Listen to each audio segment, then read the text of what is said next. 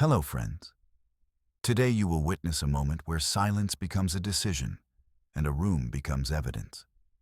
Mia sits before a camera, the voice memo on the table gleaming like a red eye. The space has long carried someone else's needs, and the question is whether she will name it. She chooses to speak, and the fear of being seen collides with the need to be heard. Let's begin. The room hums with the soft buzz of air and a streetlight pressing through a thin blind. Mia sits before the camera, the small voice memo on the table gleaming like a red eye. A chair in the corner is empty, a quiet reminder of the space that has always been occupied by someone else's needs. She breathes, slow, as if to calibrate her lungs to the room's clinical gentleness. The moment stretches. She watches the red dot pulse on the recorder, then looks at her own hands. Fingers fidgeting, nail varnish chipped. A tremor that makes the device tremble too. Conflict crowds the frame. To press record and risk being seen, or to stay silent and carry the weight of a quiet self that never dared to ask for anything. She tilts her head, listening to the soft lies she's told herself for years. The critic's whisper rises from somewhere inside the chest and tries to crowd her throat. You're not supposed to need. You're supposed to be fine. You're supposed to disappear when the room fills with someone else's weather. But the room has become a sanctuary of truth. And today, the sanctuary wants a name. Her finger hovers, then sinks. The red light blooms. She speaks, careful but unguarded, naming what she has learned to deny. Emotional absence is harm, not a passing mood, not a "you're too much" feeling, but a real injury, like a cold that never leaves, insidious because it wears no bruise. When Margot was present, she was not present for me, she says, measured, each word a deliberate step forward. The space you leave behind can become a wound when you try to grow anyway. The recording catches her breath, the room listening with clinical quiet. She pivots toward the mirror in the glass of the monitor, seeking a reflection she barely recognizes, then back to the camera. The recorder's red eye remains fixed, a witness and an ally. Will I be heard? She asks it softly, almost to the room, almost to Lena's steady, framing voice on another side of this process. The question lingers, unanswered, and the scene holds its breath with her. Light pools on Lena Hart's desk, a quiet pulse of the room's air. A handheld camera hovers, then steadies, catching Mia, who grips a small voice recorder like a lifeline. Behind Lena, a freestanding mirror catches the scene. Two women already visible, but only one will be heard. Lena begins. Soft, precise, clinical, without losing warmth. Mia, emotional neglect is a real form of harm. It leaves a deficit in what you come to expect from people. Boundaries, responses, acknowledgement.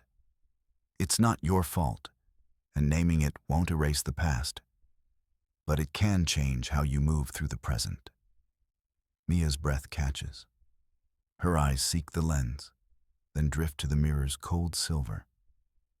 The reflection seems to watch her with a quiet, unfamiliar accountability.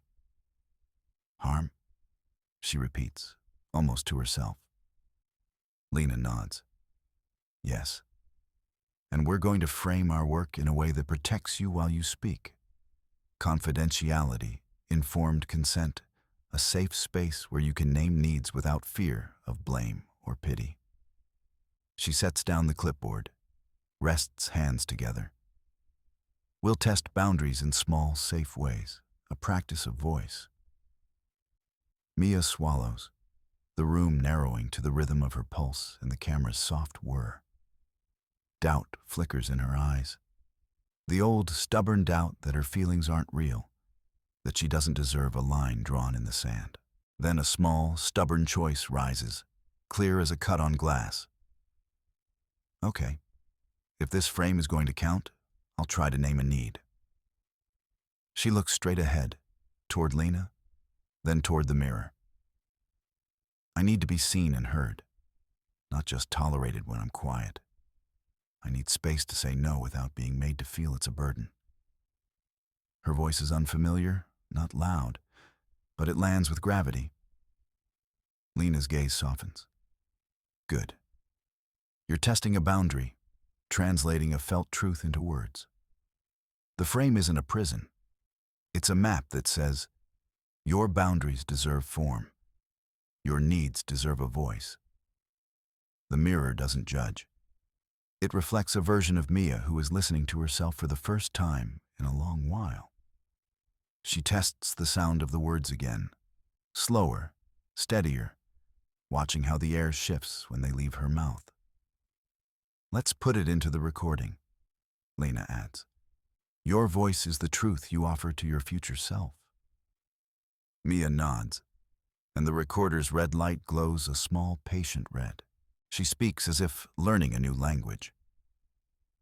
I need to be seen, heard, and respected when I set a boundary. I will not disappear for the comfort of others. She breathes out, surprised at how the words sit in the room, not as accusations, but as beginnings. The dominant motion is quiet, a choice enacted. The tension eases slightly, not because the fear is gone, but because a frame has been accepted, a line drawn that Mia can stand behind. The mirror remains, unjudging, a witness to the moment when a voice begins to take shape. As the scene closes, the camera lingers on Mia's eyes, then on the mirror's edge, where light fractures into tiny possibilities. She touches the recorder with a tentative smile, as if testing whether the recording can hold more truth tomorrow than it did today. And then, in the soft room between breaths and whispers, an unanswered question hangs, unsoftened by certainty. What must I say next to be seen? The room is quiet as a held breath. An empty chair sits across the table, a pale witness to a conversation never fully spoken. The light catches its edge, makes the seat look like a doorway to a room Mia kept closed off for years. She watches the chair and its absence, and the quiet hum of the fridge sounds like a metronome for her memory. The memory arrives with a rustle of Margot's coat, not a voice, but a pressure in the air. A boundary eroded before it could exist. A child Mia sits at the table, small hands folded, asking for a glass of water. Margot glides by in the background, tasks marching in neat rows. Groceries, schedules, the next obligation. She answers in the tone of someone who musts around her own needs, not around a child's.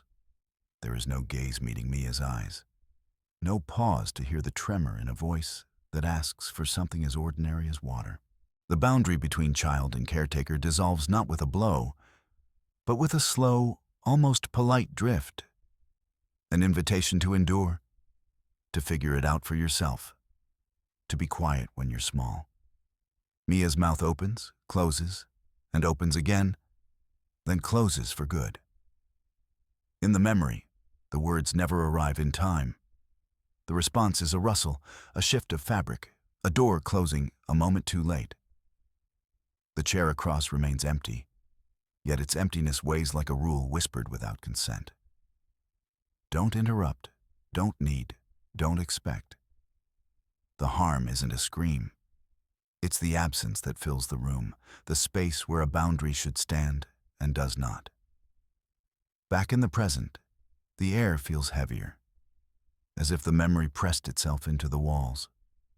Mia's breath travels along the line of her own spine, a quiet tremor that travels toward the place where a phrase should land and doesn't. The empty chair becomes more than a prop. It becomes a symbol of what was never drawn, a boundary drawn in air and then erased.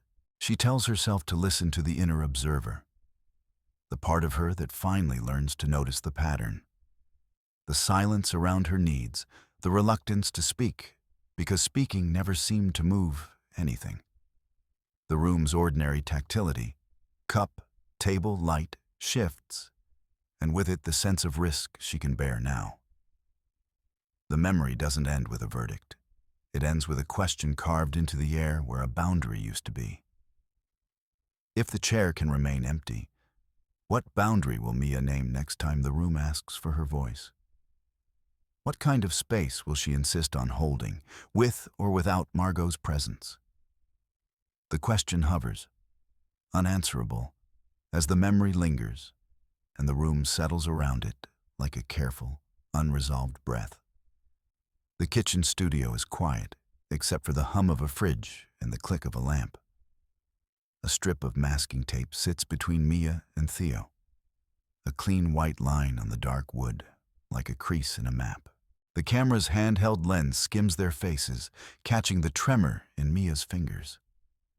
Mia takes a breath that feels too big for the room and lets it out slow.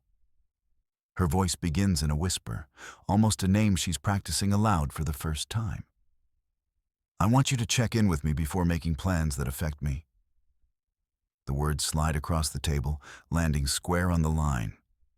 Theo nods, not surprised, just awake. He doesn't erase the moment with a joke or a reflexive apology. He meets her gaze, steady. Okay. What would that look like for you in practice? Her gaze shifts to the line, then back to him. The fear that has crowded her chest for years seems to press its shoulders against the breath she's trying to take. She says it anyway, a deliberate note that sounds almost unfamiliar. Ask. Don't decide for me. The edge of the tape catches the light as if it's listening, and for a second, the room holds its breath. The conflict isn't loud. It's a choice pressed into a small space, a boundary drawn where the future might tilt. The dominant action here is not a grand vow, but a decision, to name a need and to hold it with a tone that refuses to bend.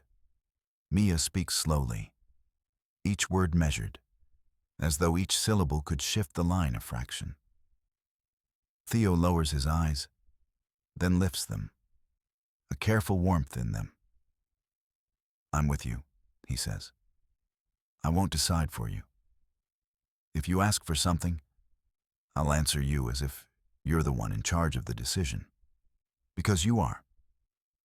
He doesn't rush, doesn't pretend the boundary makes everything easier. He treats it like a doorway. Sturdy, real, something you walk through when you're ready. Mia watches the line of tape, the literal boundary between them, and feels a soft landing inside her ribcage. The fear that rode in on her earliest memories, unseen, unheard, choosing silence to spare herself pain, begins to loosen its grip. Her mouth settles into a straight line that isn't sarcasm or defiance, but a provisional claim. This is mine to offer or withhold. The scene tightens around the sensation of choosing. Her breath shifts from a shallow sprint to a slower, grounded rhythm. The line on the table feels like a cord of steel, not about separation, but about possibility. A tool, not a weapon. She practices the word aloud again, almost surprised by its weight. Boundary. It lands, not as a threat, but as a promise she can carry into a room where no one could hear her before. Tension remains, both of them aware that the real test will be outside this kitchen, in the ways the world keeps asking her to mute herself. The question isn't answered here, not yet. Will this line hold against a longer day, a louder voice, a familiar sigh that wants to cross it? Will she still stand on it when fear speaks in her own ears? When a memory nudges the line just enough to blur it? Theo glances at the tape, then back to Mia. If I cross it, I'll pause. I'll tell you I'm crossing it, and I'll wait for your signal to step back. The words are soft, practical, proof that a boundary can be negotiated without shame or blame. The camera lingers on Mia's eyes, where a small, private thunder seems to pass. The line remains between them, not a wedge, but a visible, teachable space. Her inner voice, once a murmur against the world, gains a faint, stubborn echo. I am here. I deserve to decide. She gathers her courage into a single sentence, not loud but clear. That's the rule we'll practice. She doesn't embellish it with grand drama. She makes it a daily ritual, a way to breathe. The dominant act has happened. A choice made to speak, to risk, to trust. The moment ends not with applause, but with a quiet, mutual acknowledgement. The line is there, tangible, a potential road. The air feels charged with something like safety, fragile and earned. And as the camera eases away, Mia looks at the boundary and asks the unanswerable question that lingers in the room and in her. What happens when this line meets the world beyond this room? The room holds a quiet light, the kind that doesn't pretend to be bright, but insists on staying honest. A small mirror leans on the low table between Mia and Lena, catching a fragment of the window and, with it, a sliver of Mia's face. The camera, imagined, intimate, would linger on that gleam, not as vanity but as a prompt. Look, see, own. Mia's fingers drum the arm of the chair, not loud, just present. Lena watches, soft, like someone who already knows the edge Mia's walking toward and is not rushing her back. Today we try something simpler, Mia. Lena begins, voice even. Speaking your needs aloud, not qualifying, not apologizing in advance. Mia breathes. The room is safe, but the inside of her head is crowded. A chorus of small alarms. I need to be asked, not assumed. I need time to think, not be shoved into decisions I didn't choose. The words land in the room, not like a verdict, but like a boundary drawn in chalk. Lena's smile is small, almost cautious. But it isn't a smile that forgives away. It says, your honesty is a start. Your fear is not a flaw to be erased. The inner critic flinches, whispering louder now in Mia's ear. See? You're still making it about them. You're not decisive enough. You're dramatic. But Mia hears something else, a different vibration beneath the old refrain. You asked, you stated, you claimed.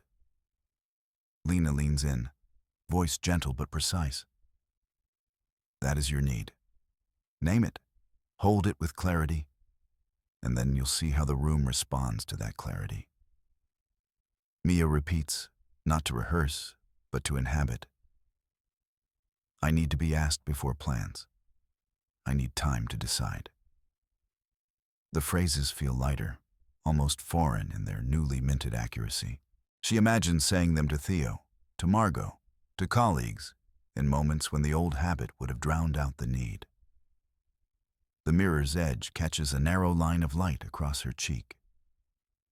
It's not vanity. It is the line of a boundary, visible in the way a street lamp marks the edge of a shadow.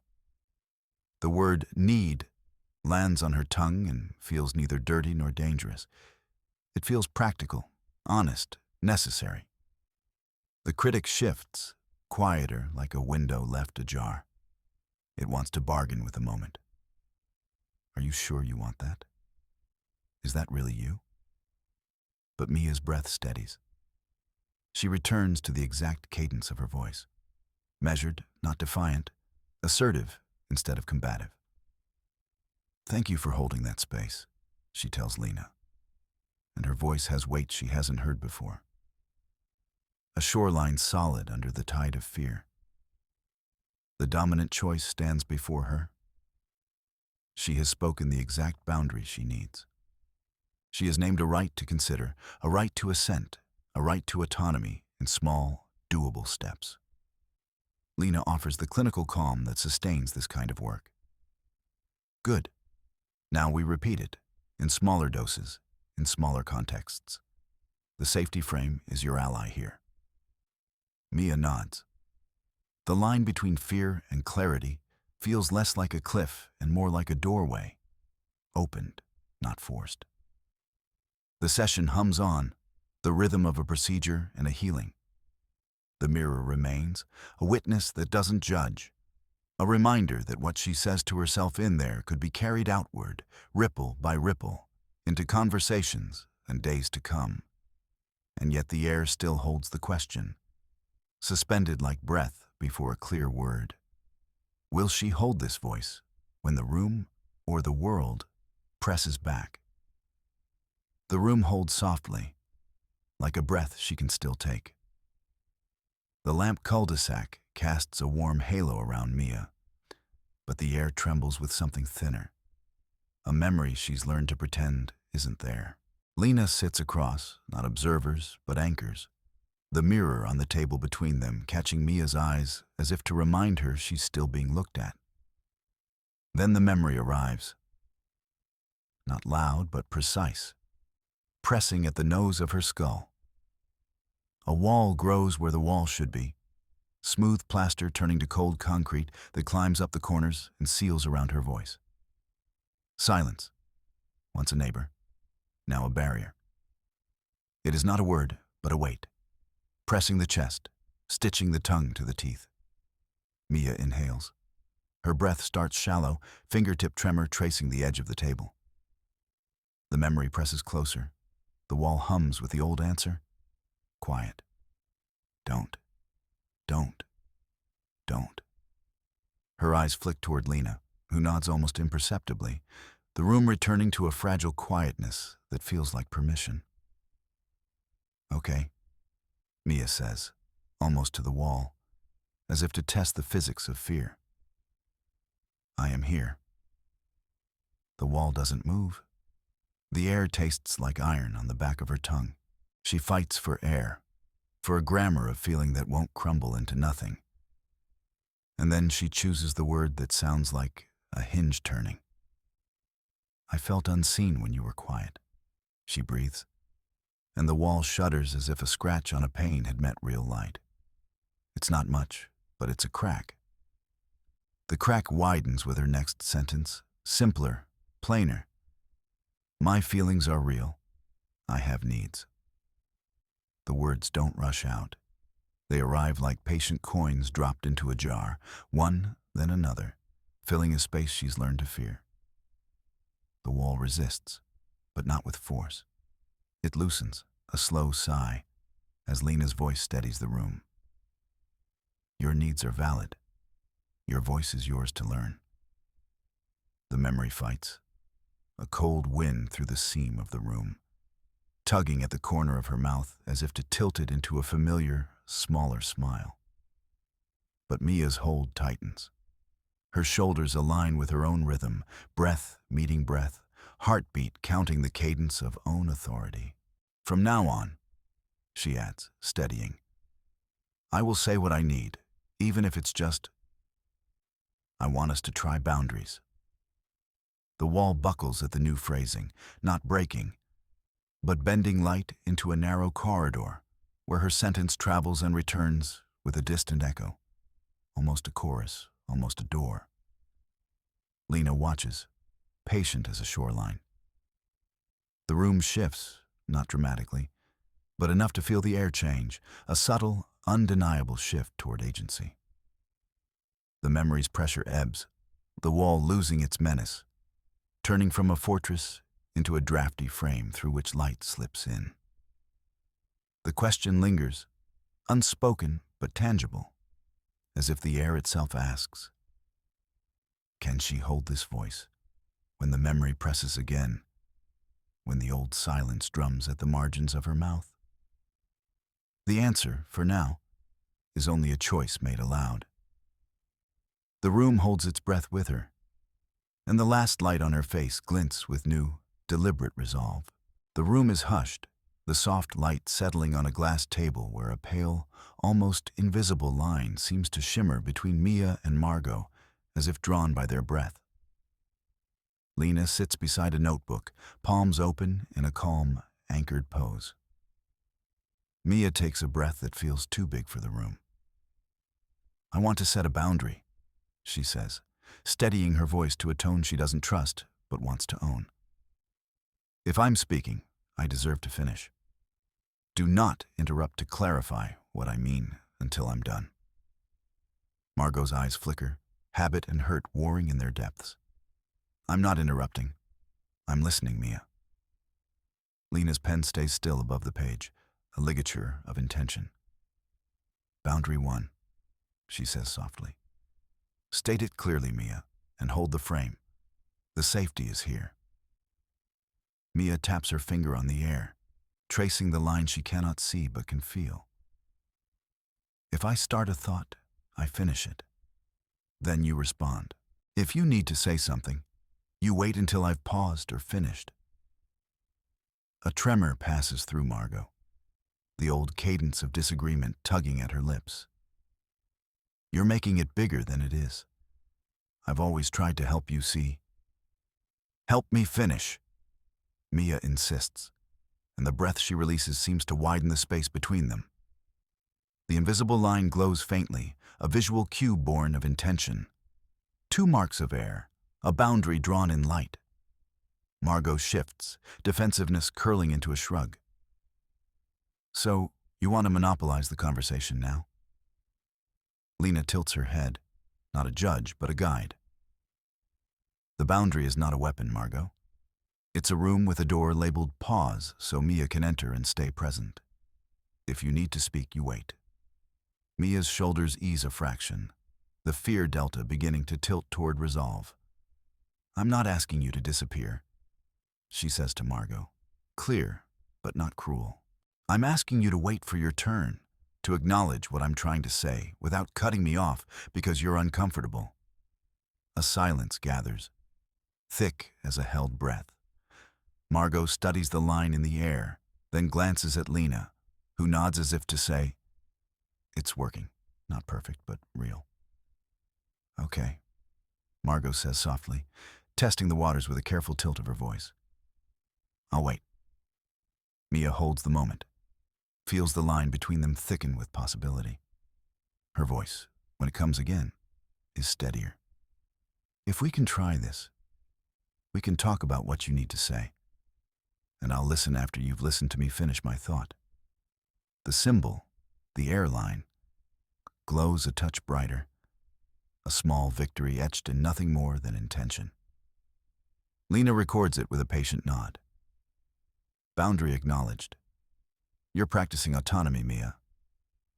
Margot's jaw tightens, then loosens. She crosses her arms, then uncrosses, a concession in a quiet form. I'll still want to talk, she admits, wary. I just won't cut you off. Mia meets her gaze, not with triumph yet, but with a cautious, newly minted steadiness. That's enough for today. We test again another time. The room feels lighter, the air less crowded with history. Lena closes her notebook softly. We'll revisit, we'll reflect. The boundary stands, even if the room trembles. The line of air remains, a fragile teaching tool suspended between them. And as the camera, imagined but intimate, of their dialogue lingers, a single question hovers in the soft glow. Will Margot honor this line when the silence grows heavy again? The room sits quiet, softly lit and close as a breath. A glass table glints with the reflection of 3 small, unspoken things. A notebook, a mug, and the mirror on the wall. An inverted horizon where Mia will watch her own reflection pretend to be someone else's. Dr. Lena Hart is off to the side, a calm presence, her image steady in the glass. Mia steps closer to Margot, not unkind, but unyielding. The lines of air between them feel thin, almost palpable, as if the room itself leans in. This is where I learned to take up space. I'm drawing a line, not an argument. She lifts a finger and traces a pale arc in the air between them, another line, then another. The first line glows for a heartbeat and fades. The boundary as a real thing, not a suggestion. MIA. From now on, you do not interrupt me when I'm speaking. If you want to be part of my life, you ask for time, you ask for voice, you let me finish. Margot's eyes flare, a blink of stubborn heat, The word interrupt hangs between them, sharp as glass. She opens her mouth, then shuts it, as if the room itself warned her to choose humility. Margot, you're making this bigger than it is. I've always been here in a way. I've done enough, you know that. Lena's voice crosses the distance, soft yet clear, a hinge in the tense air. Mia is naming a boundary, Margot. It's not a verdict, it's a request for a different rhythm. Notice how the boundary appears, felt, not argued. Mia keeps her gaze on Margot, but her eyes search the air as if the boundary could verify itself with a nod. Mia, I'm not asking you to change who you are. I'm asking you to stop erasing me in conversations, to stop treating my presence as optional. If you want access to my life, you'll invite me to speak. You'll wait until I'm finished, and you'll respect my pace. She draws 2 more lines in the air. Short, precise. The lines don't just divide, they contain. The symbol materializes in the room, boundaries drawn as visible, breath-like incisions in the space between 2 bodies. Margot, that's fine for you, dear. But you think you can hold that when your whole world suddenly feels smaller without me? A tremor runs through Mia's jaw, the old fear trying to creep back under the edges of her ribs. The doubt touches her, but she clenches it away with a quiet, stubborn breath. Yo, the choice is mine to make how I am seen and spoken to. I am choosing to be plantable, to grow here in this space I own. You aren't the sun anymore, Margot. You're a boundary, and I am tending to my own light. Lena rests a palm on the table, steady as a shoreline. Lena, this is the moment where the choice lands. The boundary is not a weapon. It's a map for what comes next. If you honor it, you invite a different kind of relationship. If you don't, we still know where the line lies. Margot studies the lines, the air turning cooler around them, as if the room itself is listening skeptically. She shifts a fraction, braces her jaw, and pushes back with a soft certainty. Margot, people don't change overnight. You're asking for miracles. I'm asking for context, for a memory that doesn't vanish the minute you stand up. Mia, context is earned through repetition, not denial. This is the first repetition I own.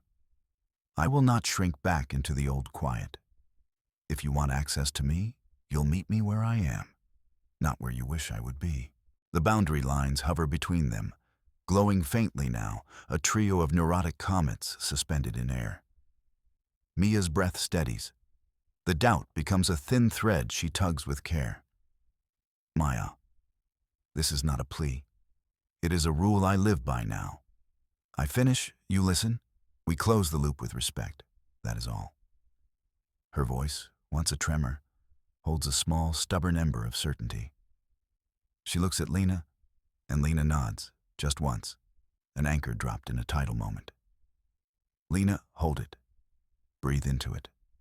The lines are not prison bars. They're invitations to a more honest relationship with yourself and with her. The question remains open.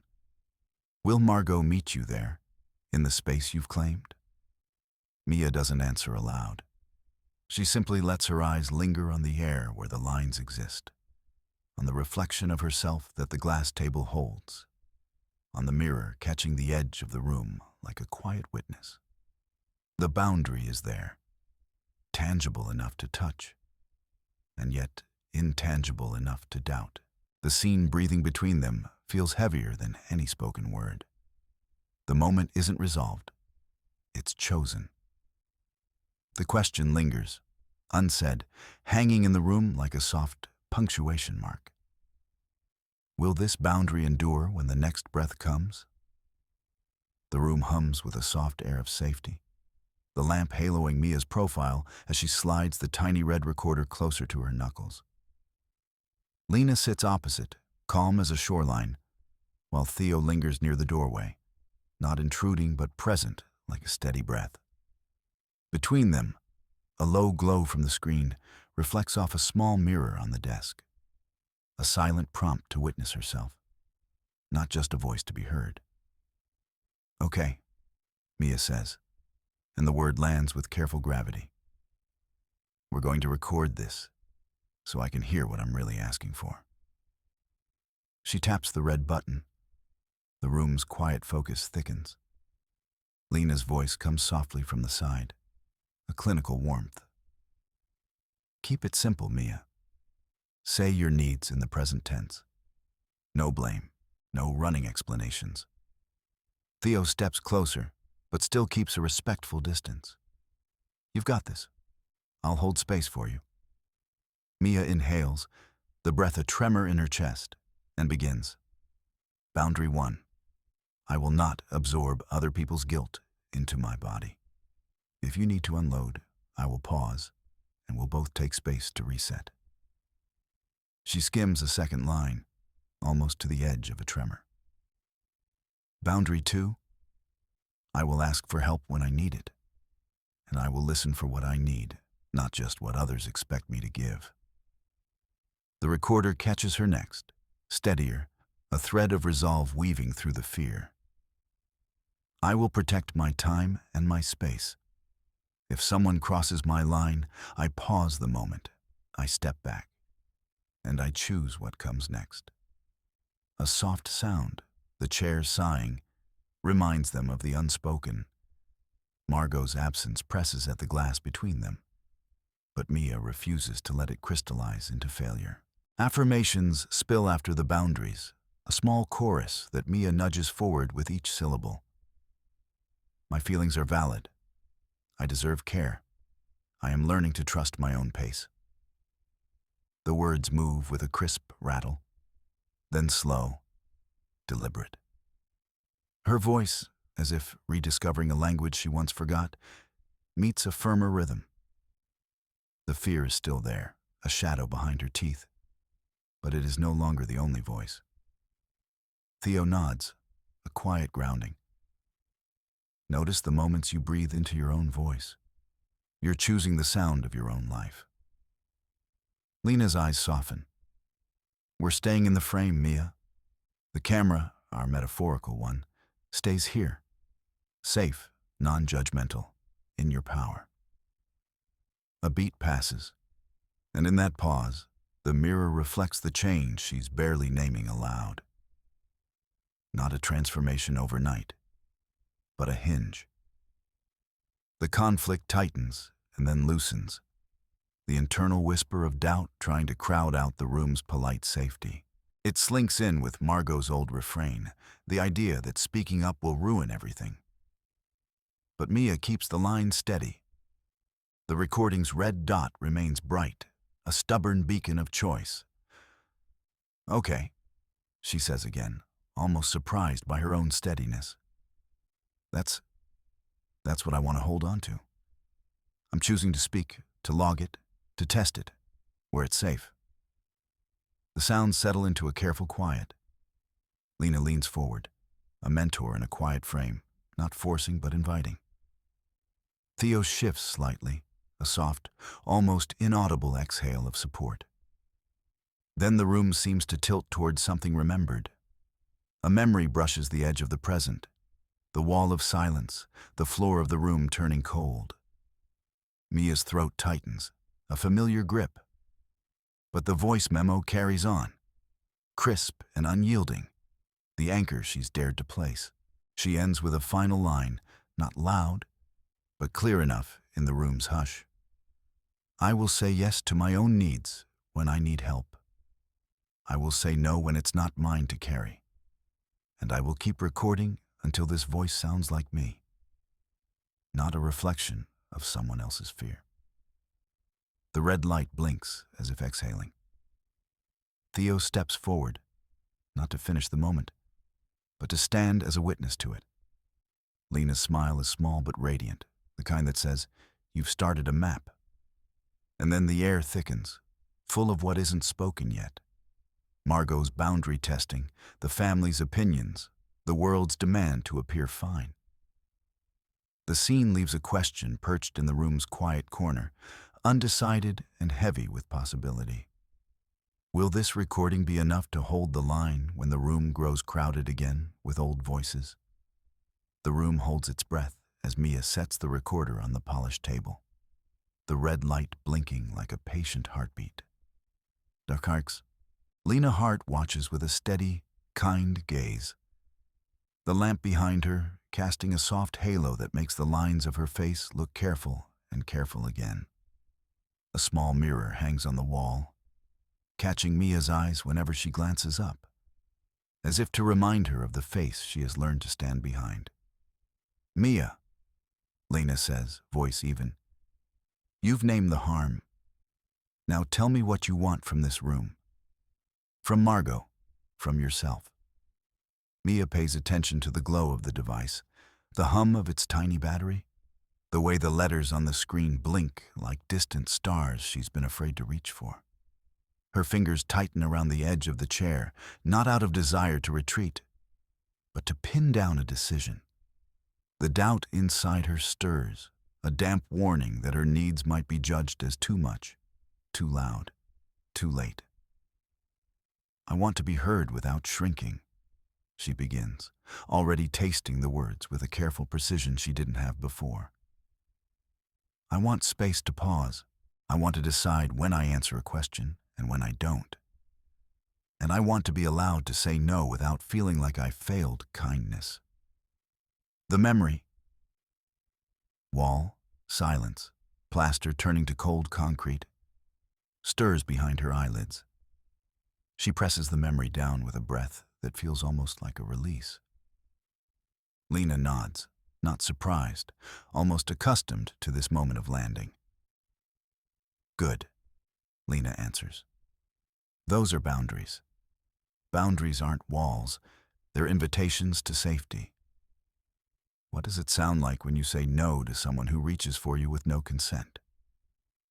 Mia looks at the recorder, at the tiny red light that seems to promise she will not vanish again into the background. "No. I need you to tell me you'll wait," she says. Then corrects herself with a steadier pass of the phrase. "No. I won't respond until I'm ready. No. I won't take responsibility for your feelings if you're not asking for mine." The word no tastes unfamiliar and electric, and the mirror catches her reflection mid-sentence, as if inviting her to witness the exact moment she begins to belong to her own voice. A soft tremor runs through her, but it doesn't topple her. It seems to root her more firmly. Lena's hand rests on the table, not touching, but present. "Voice is your instrument," she says softly. "Play it with care, but play it. The recording is a witness, not a judge." Mia's breath moves from jagged to even, the doubt thinning. "If Margot pushes back," she begins, and the word feels like a test lit from within. "I'll hold the line. I'll repeat my needs, and I'll leave space for dialogue without making myself small." The door to the memory, Margot's absence, the boundary crossings, feels slightly ajar now, not slammed shut. The thought arrives as a question rather than a verdict. Can I keep this up outside the safety of this room, where the floor is not scanned for loyalty, but for expectations? She sees Theo across a future street, a steady nod whenever she speaks, a soft, true listening when words falter. The recorder's red eye blinks again, a small, stubborn lighthouse. Her heart steadies, the old pressure loosening just enough to breathe through. "This is not a one-time act," she says, voice deliberate but not loud. "This is a practice. I will keep naming my needs, keep testing them in safe places, keep recording the moments so I remember who I am when the room wants to forget." A beat passes. Margot remains distant in the memory's corridor, and Lena's eyes reflect the truth Mia has earned. Autonomy is not a shout, but a series of careful, chosen words, repeated until they stand on their own. Mia glances at the mirror again, now seeing not a girl who vanished, but a person who is learning to be present. The device hums softly at her side. She lifts her chin just enough to answer the unspoken question with a quiet, stubborn resolve. "Then I'll keep talking," she says, almost to the room, almost to herself. "And I'll keep listening. To myself, to you, to the boundaries I'm building with honesty and care." The scene lingers on the red light, on the wordless, unwavering sound of her decision. The air holds the question, unanswered and necessary. Will I carry this voice beyond here and hold it when the world asks me to quiet down?